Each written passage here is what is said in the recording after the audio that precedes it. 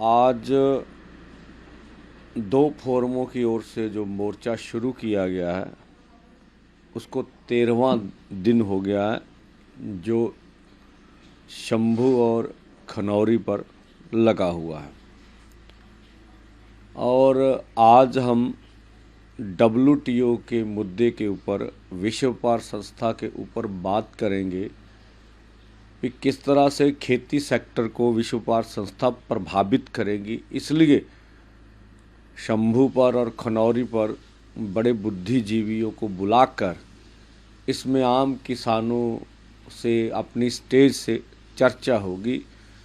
जो हमने मांग रखी है भारत सरकार से भी भारत खेती सेक्टर को WTO से बाहर निकाले, उनकी नीतियां किस तरह से प्रभावित कर रही हैं हमें, तो इसके ऊपर दोनों जो हमारे बॉर्डर्स हैं हरियाणा के साथ सटे हुए, उनके ऊपर चर्चा करेंगे, विचार चर्चा होगी। शाम को फिर उसका निर्णय PC में सबके साथ साझा किया जाएगा। और कल 26 को हम लोग पूरे भारत को आह्वान कर रहे हैं भी हर गली कूचे गांव में WTO और कॉरपोरेट के अर्थी फूंक दहन किए जाने चाहिए कल सुबह 26 को। और 26 को दोपहर बाद हम लोग दोनों बॉर्डरों के ऊपर 20 फुट से बड़े जो बड़े पुतले बनाएंगे उन पुतलों का दहन किया जाएगा 26 को। और 27 को फिर दोनों फोरम KMM किसान मजदूर मोर्चा, जिसमें मैं खुद काम करता है, 100 से प्लस ऊपर अम्ब्रेला यूनियन है उनका, ये KMM है, और SKM नॉन पॉलिटिकल, उनके ऊपर भी बहुत सारे, उनके पास भी बहुत सारी यूनियन है। वो 27 को दोनों अलग अलग हम लोग विचार चर्चा करेंगे। 28 को दोनों मिलकर एक ज्वाइंट चर्चा करेंगे और 29 को फिर आगे का कार्यक्रम पूरे देश के समक्ष रखा जाएगा। और आज भी हम माननीय प्रधानमंत्री जी से मांग कर रहे हैं कि आप आगे आइए और जिस तरह का पूरे किसान मजदूर के ऊपर जबर हो रहा उसके ऊपर आप बोलिए, आपका बोलना जरूरी है। हरियाणा में 50,000 से अधिक अर्धसैनिक फोर्स क्यों लगाए जा रहे हैं, क्या उसकी वजह है? जिस तरह के प्रहार पूरी किसान लहर पे किए गए, क्या खतरे हैं हमसे और क्या आप लोग क्या चाहते हैं आश्वासन हमसे, वो भी ज़रूर बताना चाहिए। और हम चाहेंगे कि MSP लीगल गारंटी का कानून जो उन्होंने हमसे वादा किया था आंदोलन में भी बनाएंगे, उसको बनाना चाहिए। देश के किसान मजदूर का कर्ज मुक्त करना चाहिए।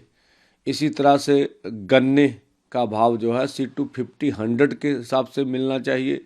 लखीमपुर खीरी जो बहुत बड़ा मुद्दा है, जिसमें सब देश जानते किस तरह से हमारे किसानों को गाड़ियों के नीचे रौंदा गया था, उसका इंसाफ नहीं मिला। अभी अजय मिश्रा टैनी जो माननीय गृह राज्य मंत्री अभी भी मंत्रिमंडल में बने हुए हैं, उनके ऊपर 120B का पर्चा भी है अभी, तो उसकी जांच के बारे में इतना देर होगी, कोई निर्णय नहीं लिया गया। सभी देश के किसान मजदूर के ऊपर इतने बड़े देश भर में केस डले हैं, दिल्ली या चंडीगढ़ में, वो वापस नहीं लिए गए। बहुत सा छोटा सा इशू था, ये तो बड़ा इशू नहीं था। इसी के साथ बिजली एक्ट 2023 सरकार ने बना लिया है और हम कहते हैं ये देश के हित में नहीं है, गरीब कंज्यूमर है पूरे देश का, इससे नुकसान हो जाएगा, इसको वापस ले लिए। ये निजीकरण की जो कंपनियां उनको आप बिजली बोर्ड दे रहे हैं, हमारा बिजली सेक्टर दे रहे हैं, तो इससे फ़ायदा नहीं होगा। इसी के साथ पोल्यूशन एक्ट से हम खेती सेक्टर को बाहर निकालना चाहते हैं। और जब भी बरसात होती है, ओले पड़ते हैं और कोई आगजनी हो जाती है, हमारी फसलों का नुकसान हो जाता है। हम कहते हैं आपने प्राइवेट कंपनियों के ऊपर खेती बीमा योजना बनाई है फसलों की बीमा, पर वो उससे तो लूट करते हैं।